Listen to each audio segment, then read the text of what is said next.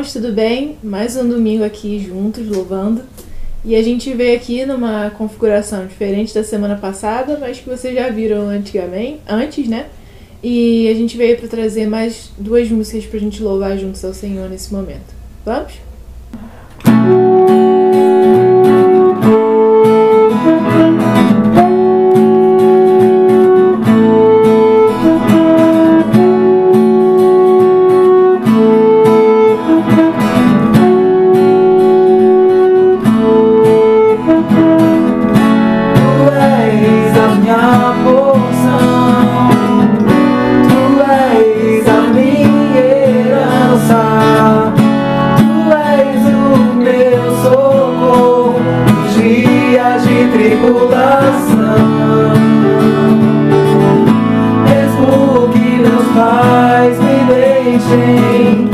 Mesmo que amigos me traiam, eu sei que em teus braços eu encontro salvação. Ainda que a figueira não floresça, ainda que a videira não dê o seu fruto, mesmo que não haja alimento nos campos, eu me alegrarei.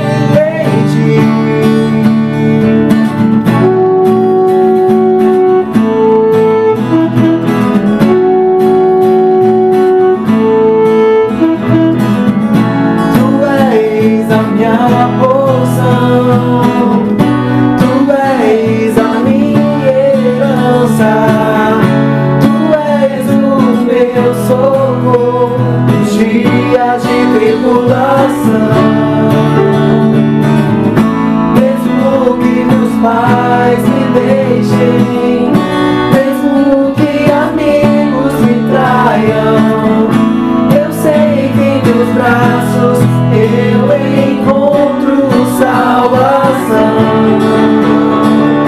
Ainda que a figueira não floresça, ainda que a videira não dê o seu fruto, alimento nos campos, eu me alegrarei em ti. Ainda que a figueira não floresça, ainda que a videira não dê o seu fruto, mesmo que não haja alimento nos campos, eu me alegrarei em ti.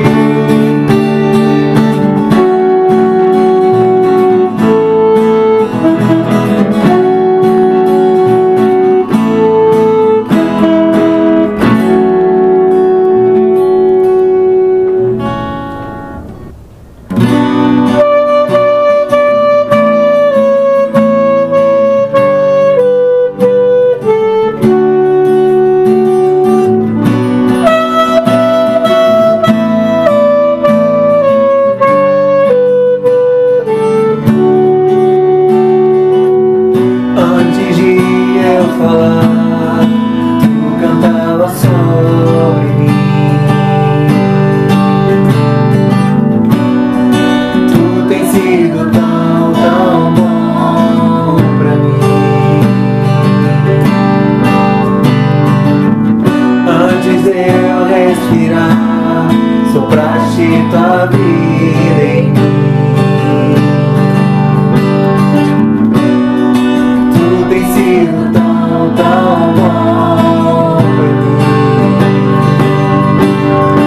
Oh, impressionante, infinito, ousado amor de Deus. Oh, que deixas 99 só pra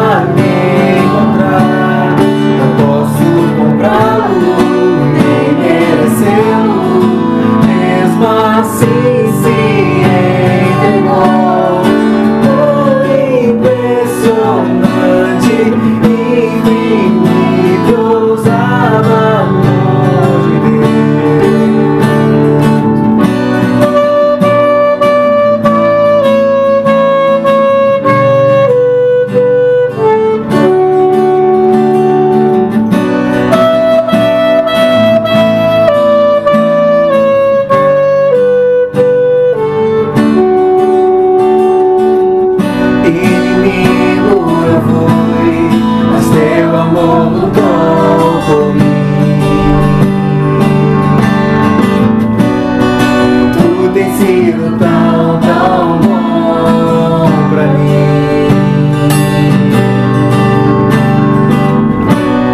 Não tinha dor, mas tendo amor por mim.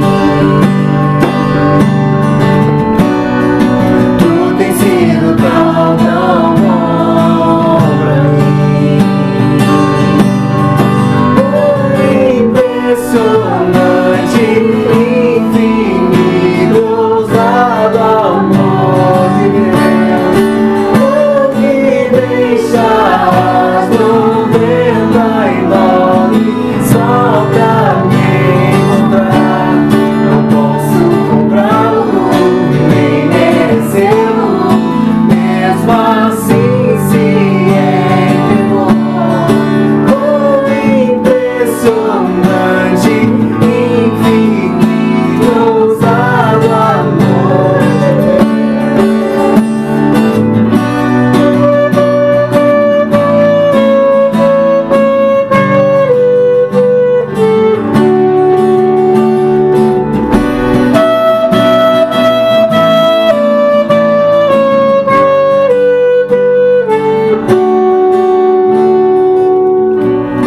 Traz luz para sombras, escala as montanhas pra me encontrar. Derruba as muralhas, destrói as mentiras pra me encontrar. Traz luz para sombras, escala as montanhas pra me encontrar. Derruba as muralhas, destrói as mentiras pra me encontrar. Oh, impressionante, infinito, ousado amor de Deus. Oh, me deixas no vento enorme só pra me encontrar. Não posso comprá-lo, nem merecê-lo, mesmo assim se entregou. Oh, impressionante, infinito, ousado amor de Deus.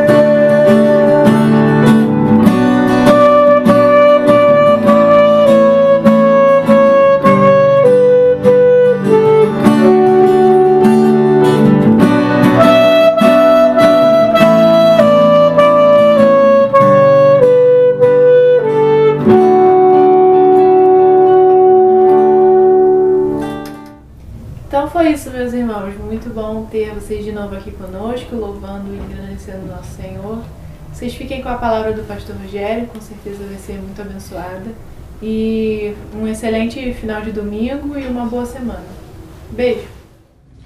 Boa noite, queridos irmãos da Igreja Batista da Freguesia, na Ilha do Governador. Aqui, pastor Rogério Belan, pastor desta igreja. Muito bem-vindos são todos vocês também, amigos, que sintonizam o nosso canal no YouTube, compartilham das mensagens bíblicas, dos estudos, dos trabalhos feitos para as crianças também. Nós temos muita alegria de poder compartilhar a palavra de Deus com vocês. Quero lembrar a nossa alegria pelo dia de hoje, Dia dos Pais. Nós estamos felizes por esse dia, espero que vocês tenham tido um dia muito bom, um dia em que tenha havido comunhão em casa, que esse almoço do Dia dos Pais tenha sido muito bom. Aqueles que não têm mais seus papais, que tenha sido um dia de boas lembranças, um dia de gratidão a Deus pelos pais que nós tivemos. Quero lembrar a vocês os pedidos de oração que temos aqui. Nós vamos estar orando pelos aniversários do Silvio, da Rogéria, da Beth Lepletier, da Rosa Gorni, que fazem aniversário essa semana.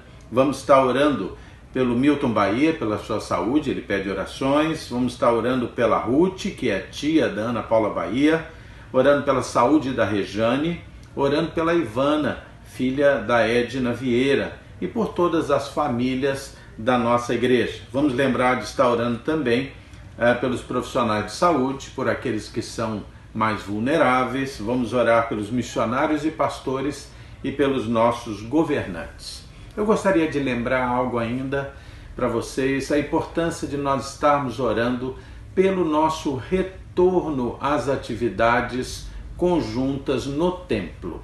Até agora, nós tivemos uma reunião com a diretoria da igreja, assessorada também por um virologista que é membro da igreja, o Davis Ferreira, que muitos de vocês conhecem, e ele achou que dentro da realidade, não de determinados dados fictícios, alguns até políticos, ele, o Davis, é uma pessoa que tem contato com as autoridades sanitárias do Brasil, e ele então entende que ainda não seria o momento, seria muito arriscado, o nível de contágio ainda estaria muito alto, seria uma imprudência se nós tivéssemos retornado nesse mês de agosto. Mas nós gostaríamos muito de retornar no início de setembro.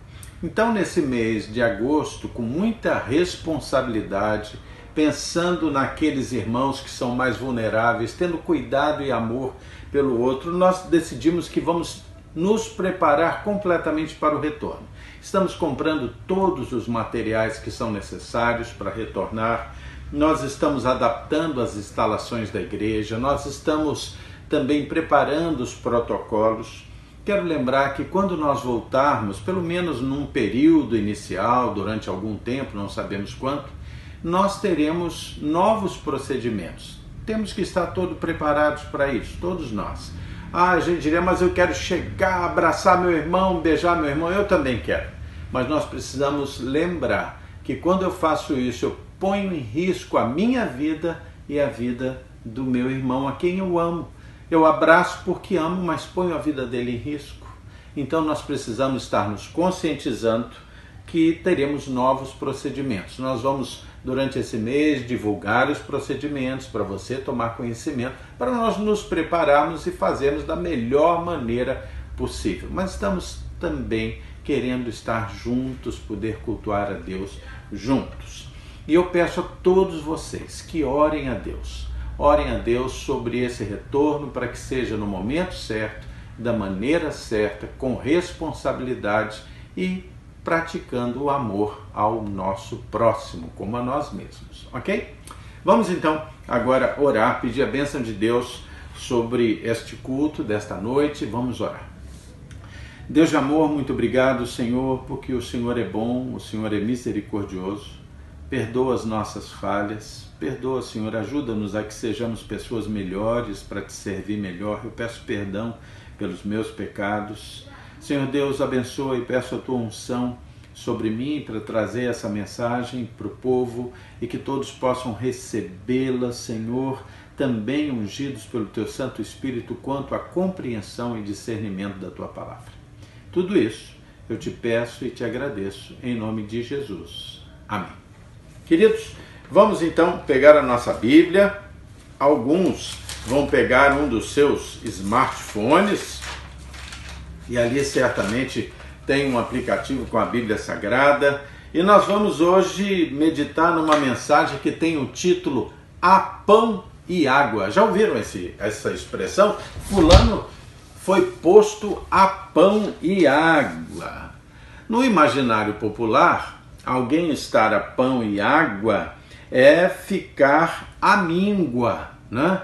Ficar à míngua, ficar apenas com o essencial para viver em privação, como alguém que está sendo castigado, alguém que está preso, condenado, que está em sofrimento. Fulano está a pão e água.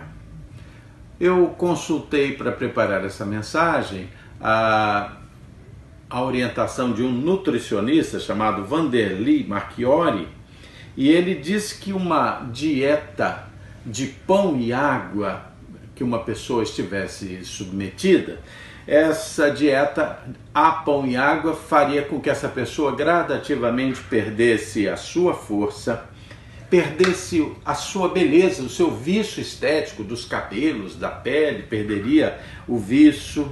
Ele apresentaria sinais de decadência dos seus órgãos, os órgãos começariam dali a algum tempo a não funcionar tão bem mais, né?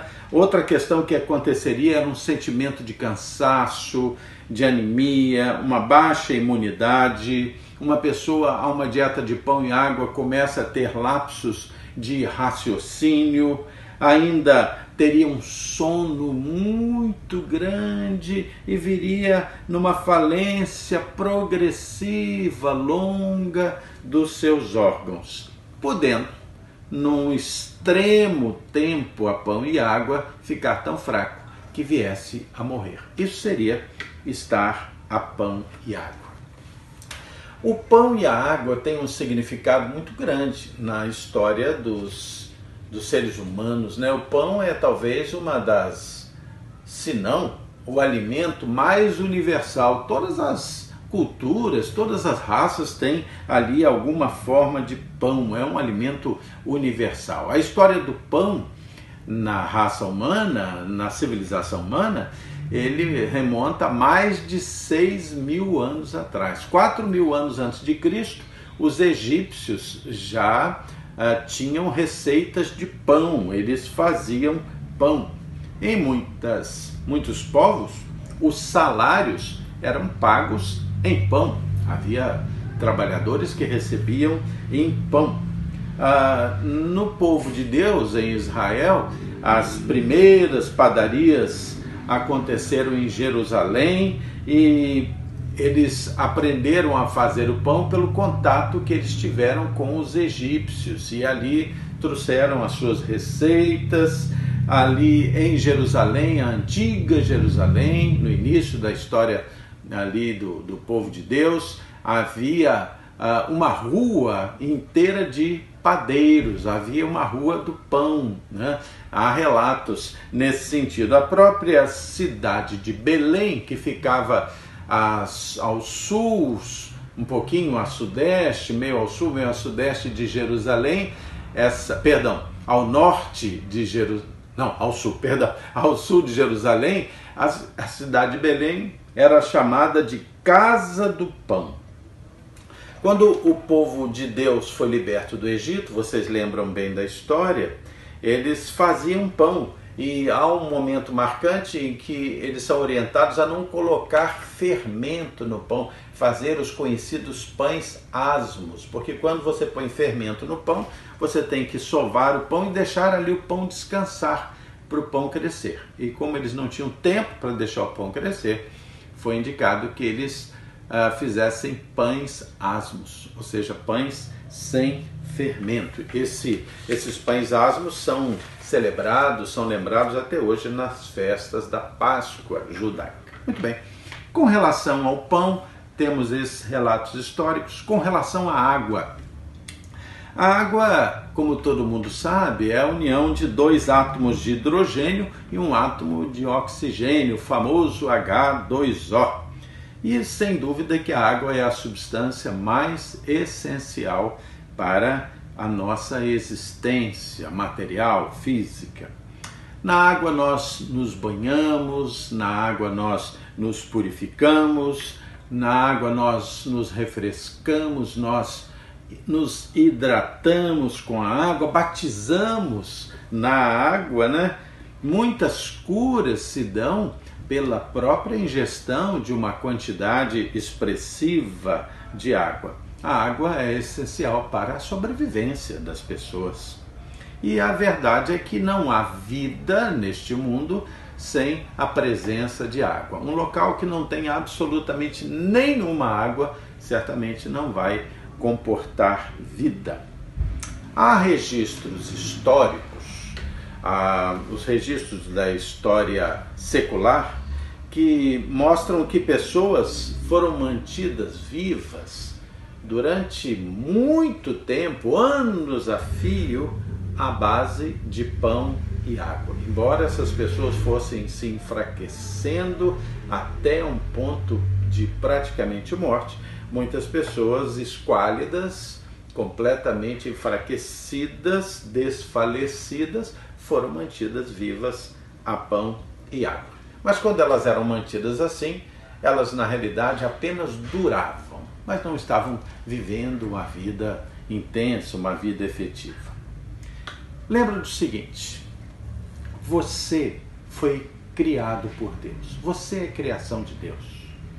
E a Bíblia ainda diz que homens e mulheres como eu, como você, fomos criados à imagem e semelhança de Deus.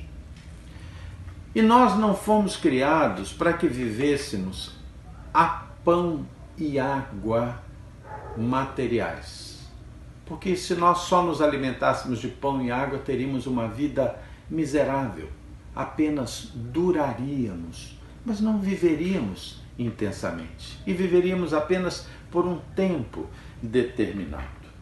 Você foi criado para viver, e o Senhor já disse assim: olha, para que vocês tenham vida e tenham vida em abundância, ou seja, em fartura.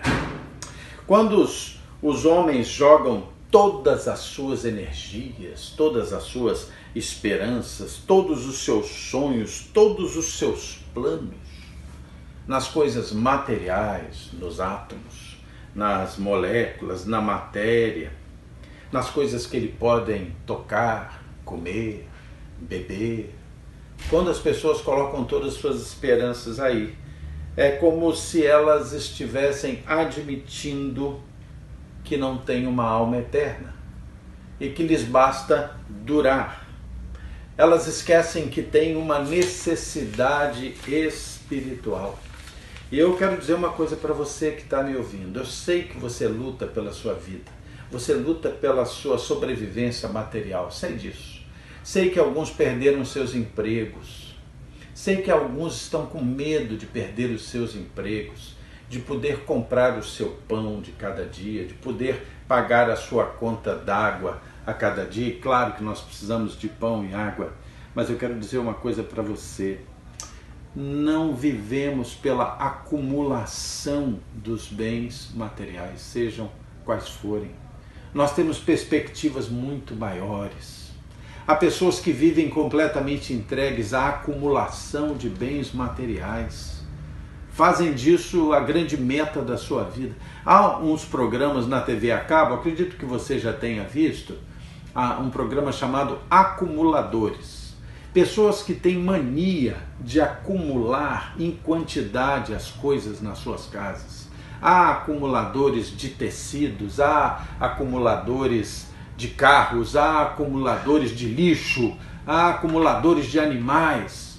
Pessoas que enxergam na acumulação uma possibilidade de segurança, de satisfação. Sabe de uma coisa? Acumular, na realidade, não é capaz de fazer você feliz, nem é capaz de fazer você ser realmente rico. E eu quero comentar hoje com você que Deus tem para você um novo conceito, preste atenção, sobre viver a pão e água. Vamos falar sobre viver a pão e água no conceito de Deus e a pão e água espirituais. Coisa muito diferente, muito diferente. Primeiro eu quero que você tenha certeza de que Deus ama você. Deus ama você. Eu não sei qual é a sua experiência com Deus, eu não sei se você crê em Deus, mas eu quero afirmar uma coisa para você. Deus ama você. Você tem sua Bíblia aí? Abre sua Bíblia no livro de Romanos, no capítulo 5. Romanos capítulo 5. Romanos é o 6º livro da Bíblia, ou melhor, do Novo Testamento, perdão. É o 6º livro do Novo Testamento. Romanos 5. Nós vamos ler o versículo 8. Preste atenção nesse versículo, porque esse versículo diz respeito a você. Olha o que diz o texto. Mas Deus prova o seu próprio amor para conosco, para convosco, pelo fato de ter Cristo morrido por nós, sendo nós ainda pecadores. Eu vou ler de novo para você prestar atenção. Agora, lembra do seguinte: eu sou um pecador, você é um pecador, todos são pecadores, porque nenhum de nós é perfeito.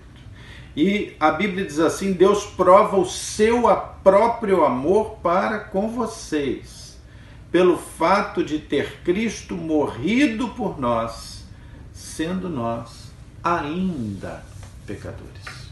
Querido, querida, Deus ama você. E tem mais, Deus ama você como você é. Deus ama você com seus defeitos. Deus me ama com os meus defeitos. Ah, se Deus só nos amasse se nós fôssemos perfeitos, coitados de nós. Que chance teríamos? Nenhuma. Nenhuma. Mas a Bíblia afirma que Ele nos amou, sendo nós ainda pecadores, através do sacrifício do seu Filho. Romanos ainda 3:23 diz assim que todos pecaram, e separados estão de Deus, ou da sua glória, da glória de Deus. Todos nós pecamos, mas Deus nos ama ainda assim.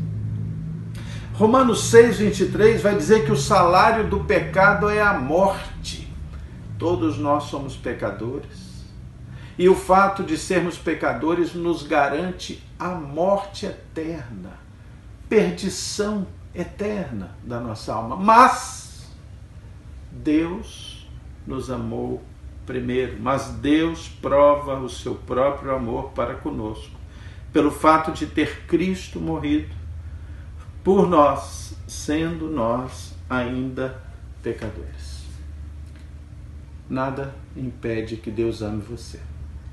Mas agora você precisa entender que é preciso fazer alguma coisa para usufruir deste amor, usufruir da salvação advinda de Jesus Cristo. Quem é esse Cristo? Quem é esse Jesus? O que é que tem a ver isso com pão e água? Viver a pão e água?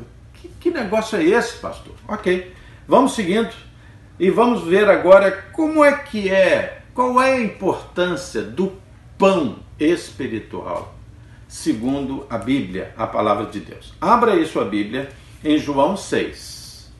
João 6. Volta um pouquinho. Evangelho de João. João capítulo 6. Versículos 5 a 13. João 6. Versículos 5 a 13. Esse texto nos mostra um momento em que Jesus, ele multiplica pães para uma multidão. Olha que coisa linda, uma multidão faminta, e Jesus multiplica pão para eles. E aproveita essa multiplicação do pão para dar uma grande lição sobre o pão espiritual para eles também. Então vamos lá, João 6, versículos 5 a 13. Vamos lá? Então Jesus, erguendo os olhos e vendo que grande multidão vinha ter com ele, disse a Filipe, um dos apóstolos: onde compraremos pão para dar de comer a toda essa gente? Mas dizia isso para experimentar a Filipe, porque ele bem sabia o que estava para fazer. Versículo 7, respondeu-lhe Filipe: olha, não lhes bastariam 200 denários de pão para receber cada um seu pedaço? Um de seus discípulos, chamado André, irmão de Simão Pedro, informou a Jesus: olha, está aí um rapazinho que tem 5 pães de cevada e 2 peixinhos. Mas o que é isso para tanta gente? E disse Jesus: fazei o povo assentar-se. Pois havia naquele lugar muita grama, e assentaram-se, pois, os homens em número de quase 5.000. Então Jesus tomou os pãezinhos e, tendo dado graças, ou seja, tendo orado, distribuiu-os entre eles, e também igualmente os peixes, quanto eles queriam. E quando já estavam fartos, disse Jesus aos seus discípulos: recolhei os pedaços que sobraram, para que nada se perca. Assim, pois, o fizeram, e encheram ainda 12 cestos de pedaços dos 5 pães de cevada que sobraram aos que haviam comido. Olha, A humanidade tem tido muito trabalho, se esforçado muito, lutado muito, gasto os melhores anos da sua vida apenas tentando acumular bens materiais. Essa é a grande meta. Isso é o que se chama dentro da sociedade de ser bem-sucedido. Ali Jesus sentou com aquelas pessoas, teve compaixão delas, e ele pegou o pão material, o pãozinho, e ele então orou, pediu as bênçãos ao Pai e distribuiu aqueles 5 pãezinhos. E aqueles 5 pãezinhos foram suficientes para alimentar 5.000 pessoas, e no final ele arrecadou 12 cestos de sobras, puras sobras. Eu imagino que ele pegou um daqueles cestos, e eram cestos grandes, cheios de pães, e deu para aquele menino que foi generoso, que entregou seus 5 pãezinhos. Agora ele levava para casa um grande cesto cheio de pão. Mas olha, veja bem, Jesus teve a preocupação de orar por aquelas pessoas, porque Jesus compreendeu claramente que a necessidade daquelas pessoas era muito grande e muito além do pão físico que eles poderiam comer. Logo depois, Jesus vai falar algo para aqueles 5.000 homens que estavam ali. Adianta um pouquinho aí no João 6 mesmo e venha comigo aos versículos 24 a 27. 24 a 27. Pensa naquela cena, aquelas pessoas sentadas na grama, encheram a barriguinha de pão. Agora Jesus tinha algo importante para dizer para eles. E disse assim: quando, pois, Jesus viu a multidão, e eles não estavam ali, nem os seus discípulos, eles tomaram, eu vou reler, 24. Quando, pois, viu a multidão que Jesus não estava ali, nem os seus discípulos, tomaram os barcos e partiram para Cafarnaum à sua procura. Jesus havia atravessado aquele lago, e aquela multidão que tinha comido pão, logo deu a volta no lago para estar lá com Jesus. 25. E tendo-o encontrado no outro lado do mar, perguntaram: mestre, quando chegaste aqui? E respondeu-lhe Jesus: em verdade vos digo, vós me procurais, não porque vistes sinais ou os meus milagres, mas porque comestes dos pães e vos fartastes. Jesus não se enganou, não estavam crendo em Jesus. Eles estavam atrás de mais pão físico. E Jesus disse aqui no versículo 27, vocês trabalham, ou melhor, trabalhem não pela comida que perece, ou que se estraga, ou que apodrece, mas trabalhem pela comida que subsiste para a vida eterna, a qual o Filho do Homem vos dará, porque Deus o Pai confirmou com o seu selo. Jesus, então, que vinha ajudando aquelas pessoas, aquela multidão, havia multiplicado o pão, enchido a barriguinha deles, agora via que aquelas pessoas corriam atrás de Jesus. Ele entendeu logo: olha, vocês não estão vindo a mim porque entenderam a minha mensagem. Vocês estão atrás de mim porque vocês querem comer mais. Vocês estão trabalhando, se esforçando pelo pão físico que perece, que se estraga. Vocês precisam agora lutar para obter o pão eterno, o pão que lhes garante a vida eterna. Ok? Jesus estava preparando aquelas pessoas para entender a verdade mais importante da sua vida. E agora nos versículos 32 a 35, Jesus fala: que pão eterno é esse? 32 a 35, João 6, 32 a 35 diz assim: respondeu-lhe Jesus: em verdade vos digo, não foi Moisés quem vos deu o pão do céu. O verdadeiro pão do céu é meu Pai quem vos dá. Porque o pão de Deus é o que desce do céu e dá vida ao mundo. Então lhe disseram: Senhor, dá-nos sempre deste pão. A multidão falou, e declarou-lhe, pois, Jesus: eu sou o pão da vida. O que vem a mim jamais terá fome, e o que crê em mim jamais terá sede. Jesus começa a explicar para aquelas pessoas que ele era o próprio pão da vida, que ele é aquele que o Pai enviou para alimentar a necessidade das almas dos homens, para que eles tenham a robustez, a salvação espiritual para viver eternamente com Deus, não mais separados de Deus. Jesus começa a estabelecer uma relação do pão espiritual completamente diferente daquela relação do pão e da água materiais, quando a gente diz, essa pessoa vive a pão e água, vive a míngua, vive quase morrendo, está só durando. Mas Jesus começa a mostrar que quando você tem o pão espiritual, e quem é esse pão? É o próprio Jesus. Ele diz, eu sou o pão da vida. Você tem vida eterna e vida em abundância. Talvez você esteja se sentindo assim, puxa, pastor, eu tenho vivido uma vida espiritual tão miserável, eu tenho tanto medo, eu tenho tanta insegurança, eu não sei qual é o meu destino, qual é o meu caminho, para onde é que eu vou, o que vai acontecer comigo quando eu morrer, essa pandemia está aí, todos nós vivendo algum risco de morte. E eu, que será de mim? Pois lembre que Jesus Cristo é o pão da vida. Ele é o pão da vida, o pão para alimentar a sua vida eterna com Deus. Por quê? Porque Deus amou você primeiro.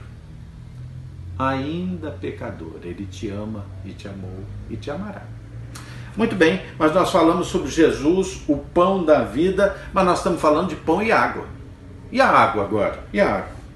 Como é que a água se mostra dentro da palavra de Deus? Uma vez que o pão é Jesus, que ele mesmo diz, eu sou o pão da vida. Agora, o que diremos então da água na visão espiritual? Muito bem, Jesus sabe muito bem da nossa necessidade de água. Lembre que Jesus, ele abriu mão dos privilégios da sua divindade, e ele se tornou um homem, veio ao mundo como homem para nos salvar, para morrer na cruz no nosso lugar. E a Bíblia descreve lá em João 18, 19, 28, que quando Jesus estava crucificado, ele já havia sangrado muito na cruz, por isso estava muito desidratado, já se aproximando do momento da sua morte. Jesus fala a seguinte frase: tenho sede. Jesus tinha sede. Naquele momento em que ele estava na cruz, pagando o preço dos nossos pecados, ele teve sede. Jesus sabia o que é ter sede material, sede física, ele sabia muito bem.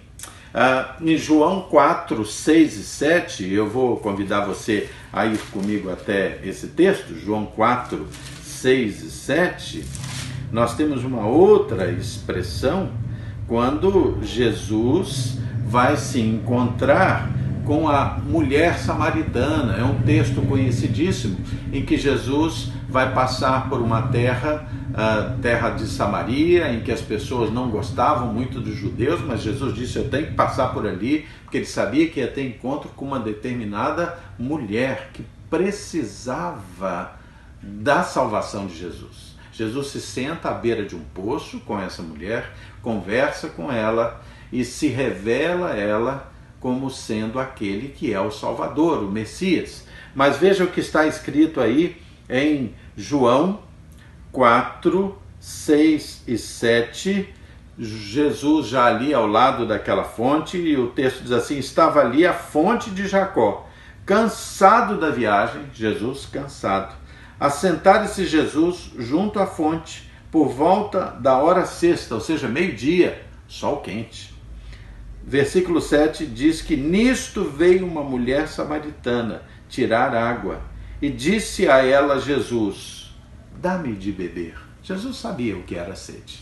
Jesus sentiu sede durante sua vida, aqui ele revela a sede. Jesus sentiu sede quando estava agonizando na cruz, morrendo pelos nossos pecados. Ele sabia o que era sede. Muito bem, aquela mulher estava cansada, aquela mulher samaritana revelou que ela na realidade estava sendo escravizada, abusada, porque ela já havia tido vários casamentos e não estava mais com seus esposos, e dentro daquela sociedade isso a tornava uma mulher completamente desprezível naquele contexto social. Talvez ela só tivesse alguém que a recebesse em casa porque ela trabalhava, ia buscar no sol quente, água no poço, então interessava. Era uma pessoa condenada a ser uma morta-viva naquela sociedade, né? Até que se acabassem todas as forças dela e ela provavelmente seria abandonada. Mas eu quero lembrar você o que está dito deste encontro desta mulher que foi dessedentar, ou seja, tirar a sede de Jesus com água. Leia o que está aí em João 4, agora nos versículos 14 e 15, diz assim: aquele, porém, isso aqui afirma Jesus. Vamos ler a partir do 13. João 4, 13. Afirmou-lhe Jesus: quem beber desta água vai tornar a ter sede. Aquele, porém, que beber da água que eu lhe der, nunca mais terá sede. Pelo contrário, a água que eu lhe der será nele uma fonte a jorrar para a vida eterna. Disse-lhe a mulher: Senhor, dá-me dessa água para que eu não tenha sede, nem precise vir aqui buscá-la. Aquela mulher, ela se esforçava muito, ela se cansava, se desgastava, buscando um pesado cântaro de barro cheio d'água para suprir a casa daquele que a recebeu como uma mulher que já era rejeitada na sociedade, mas como ela foi recebida, ela tinha que se submeter a todo e qualquer trabalho. Muito bem, quando Jesus diz: olha, eu tenho algo para oferecer para você, uma água em que você, tomando, jamais terá sede outra vez. E ele diz: eu sou a água viva. Isso está nos versículos 25 e 26 de João 4. Jesus diz assim: eu sei, respondeu a mulher, que há de vir um dia um Messias chamado Cristo. E quando ele vier, ele nos anunciará todas as coisas. E disse-lhe Jesus: eu sou o Messias, eu que falo com você. Eu que falo com você. Jesus é a água viva. Jesus é a água viva, que é capaz de matar a sede do coração. Então, olha, Jesus é o pão da vida, que pode nutrir a sua alma eternamente. Jesus é a água viva, a água da vida, que pode tirar toda a sede espiritual da sua vida, do seu coração. E se viver a pão e água, materialmente falando, é viver miseravelmente, é durar apenas. Viver com o pão da vida, viver com a água viva, é ter vida em abundância, é ter a certeza de vida eterna com Deus, é saber que, embora o salário do pecado seja a morte, que o dom gratuito da vida, o presente gratuito da vida chegou na sua casa, na sua vida. Não é mais lutar pelo pão que apodrece, que mofa, que acaba, que é digerido, mas é lutar pelo pão da vida, o pão que lhe dá segurança de vida eterna. E esse pão é Jesus. Para a sociedade, essa busca constante do pão e da água é a condenação do sofrimento e da morte. O pão e da água materiais não têm a capacidade de manter você bem em dignidade. Quero lembrar você o seguinte: talvez você me pergunte, pastor, por que todas essas palavras na Bíblia, todas essas comparações? Por que isso? Sabe, é para tocar o seu coração. Tudo aquilo que é contado na Bíblia está aqui na palavra de Deus para que você tenha uma chance de compreender e crer que você precisa de Jesus. Que você precisa do Jesus que é o pão da vida. Que você precisa de Jesus que é a água viva para a sua salvação. Quero mostrar para você aqui no finalzinho do livro de João. Venha comigo aqui para o final de João, para você entender que tudo que está aqui na Bíblia é para a sua salvação. Olha aqui, João 20, versículos 30 e 31. Abre aí, João 20, versículos 30 e 31. Quando o Senhor Deus inspirou os homens para escrever a Bíblia, foi para que você tivesse uma chance de conhecer o Evangelho, de entender que é preciso se arrepender dos seus pecados, que é preciso crer no Jesus que morreu na cruz por você, Filho de Deus, para que você tenha uma chance de vida eterna, de vida plena.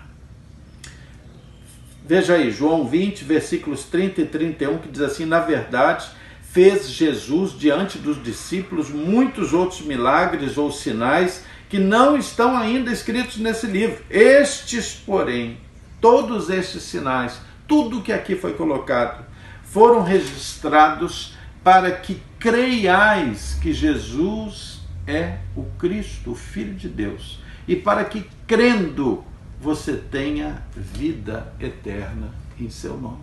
E por causa de você. Foi por causa de você. Abra sua Bíblia aí, vai um pouquinho à frente, eu quero ler um pequeno texto com você que está em Romanos 10, 9 e 10. Romanos 10, 9 e 10. Porque você pode se perguntar, mas pastor, o que eu preciso fazer para ter esse pão da vida, para ter essa água da vida? O que eu preciso fazer?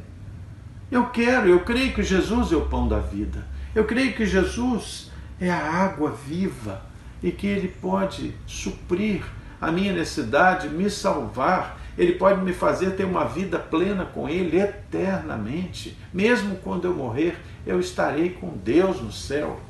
Pois você quer saber o que é que você precisa fazer? Olha o que está em Romanos 10, 9 e 10. Diz assim: se com a tua boca confessares Jesus como Senhor, e no teu coração creres que Deus o ressuscitou dentre os mortos, serás salvo. Porque com o coração se crê para a justiça, e com a boca se confessa a respeito da salvação. Quando a igreja começou a existir na face da terra, isso é relatado lá no início do livro de Atos, lá no início da era cristã, a pregação dos apóstolos que tinham estado 3 anos ali com Jesus, ouvindo Jesus, morreu, ressuscitou, voltou aos céus, e eles foram pregar pela primeira vez. A pregação deles era a coisa mais simples do mundo. Atos 3,19 diz que a pregação se baseava nisso, olha: arrependei-vos, pois, e convertei-vos, ou seja, creiam em Jesus. Arrependimento e fé. Simples, simples. Se você, com a sua boca, confessar: eu sou um pecador, eu pequei, eu já fiz tantas coisas erradas na minha vida, pequenas, grandes, não importa, o salário do pecado é a morte, então eu estou separado de Deus, eu estou vivendo uma vida apenas durando espiritualmente, a pão e água materiais, mas eu quero o pão da vida, eu quero Jesus, eu quero a água viva que é Jesus. Eu me arrependo dos meus pecados. Então você confessa os seus pecados e agora você confessa com a tua boca que você quer crer, quer receber Jesus no seu coração. E eu vou convidar você. Eu vou fazer uma oração e, se você desejar, você vai pensar nisso. Eu não quero mais viver uma vida miserável, espiritualmente falando. Não quero ficar simplesmente durando, simplesmente me preocupando com o pão material, com o pão e água materiais. Eu quero receber Jesus no meu coração. Eu quero o pão da vida, que é Jesus. Eu quero a água viva, que é Jesus. Eu quero ter certeza da minha vida eterna, vida abundante. Ok? Feche seus olhos e, se você desejar, aí no seu coração, repita essa oração que eu vou fazer. Repita comigo. Senhor Deus, perdoa, Senhor, os meus pecados. Perdoa porque eu tenho vivido toda uma vida só preocupado com as coisas materiais, só preocupado com o pão e com água materiais. Senhor, eu quero receber Jesus no meu coração como meu Salvador. Eu me arrependo dos meus pecados, eu me arrependo. Eu quero receber o pão da vida, que é Jesus. Eu quero receber a água viva, que é Jesus, para que eu possa ter a certeza da salvação eterna. Muito obrigado. Em nome de Jesus. Amém. Que Deus abençoe você. Que você possa ter feito esta oração também. Que você saiba que só Jesus é o pão da vida. Só Jesus é a água viva que podem garantir a sua salvação. Por quê? Porque Deus amou você, sendo você ainda pecador, por amor. Isso é graça, graça de Deus. Deus abençoe você. Vamos fazer a nossa oração final. Vamos orar por todos os pedidos que aqui foram apresentados, por todos esses motivos. Vamos orar? Feche seus olhos agora, em família.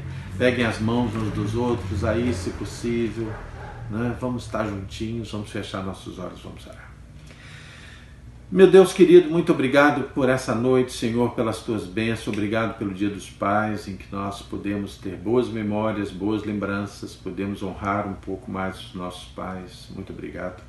Abençoa os pais, dê a eles sabedoria, Senhor, unção do teu Santo Espírito para essa missão tão importante, que é a missão da paternidade, Pai. Pai de amor, abençoa todos aqueles que colocaram aqui seus pedidos de gratidão, abençoa os aniversariantes, peço suas bênçãos pelas famílias, pelos profissionais de saúde, pelos mais vulneráveis, pelos pastores e missionários espalhados pelo mundo, e peço, Senhor, as tuas bênçãos sobre os governantes da nossa pátria. Senhor, abençoa os nossos governantes, abençoa fortalecendo os bons e corrigindo os maus, Senhor, eu te suplico. Te peço, Senhor, que o Senhor também nos dê sabedoria, nos abençoe na perspectiva de retornar aos nossos cultos unidos no templo. Que seja de acordo com a tua vontade, com o teu plano, porque nós não podemos, não conseguimos enxergar os cenários de futuro, mas o Senhor os enxerga todos. E eu quero suplicar que o Senhor ponha na nossa mente a disposição de fazer aquilo que seja da tua vontade, da maneira como seja a tua vontade. Muito obrigado pelo teu amor por nós, Senhor. Muito obrigado porque o Senhor se importa conosco. Muito obrigado porque o Senhor nos amou primeiro, enviando Cristo Jesus para morrer na cruz por nós, sendo nós ainda pecadores. Em nome de Jesus. Amém. Queridos, Deus abençoe vocês, que vocês tenham uma noite de paz. Você que fez a oração de entrega aí junto comigo, eu quero que você ligue para mim, ligue para a nossa igreja, ligue para mim, eu vou dar o meu telefone para você, 986-69-2330, você pode ligar ou pode mandar um zap, e eu vou ter muita alegria de orar com você, de pedir a bênção de Deus sobre a sua vida. E se você quiser algum esclarecimento, você quiser uma palavra, conte comigo. Deus abençoe vocês, estaremos juntos de novo na quarta-feira, com oração e ação, estudo bíblico, estamos estudando o Evangelho de João. Deus abençoe você, até lá.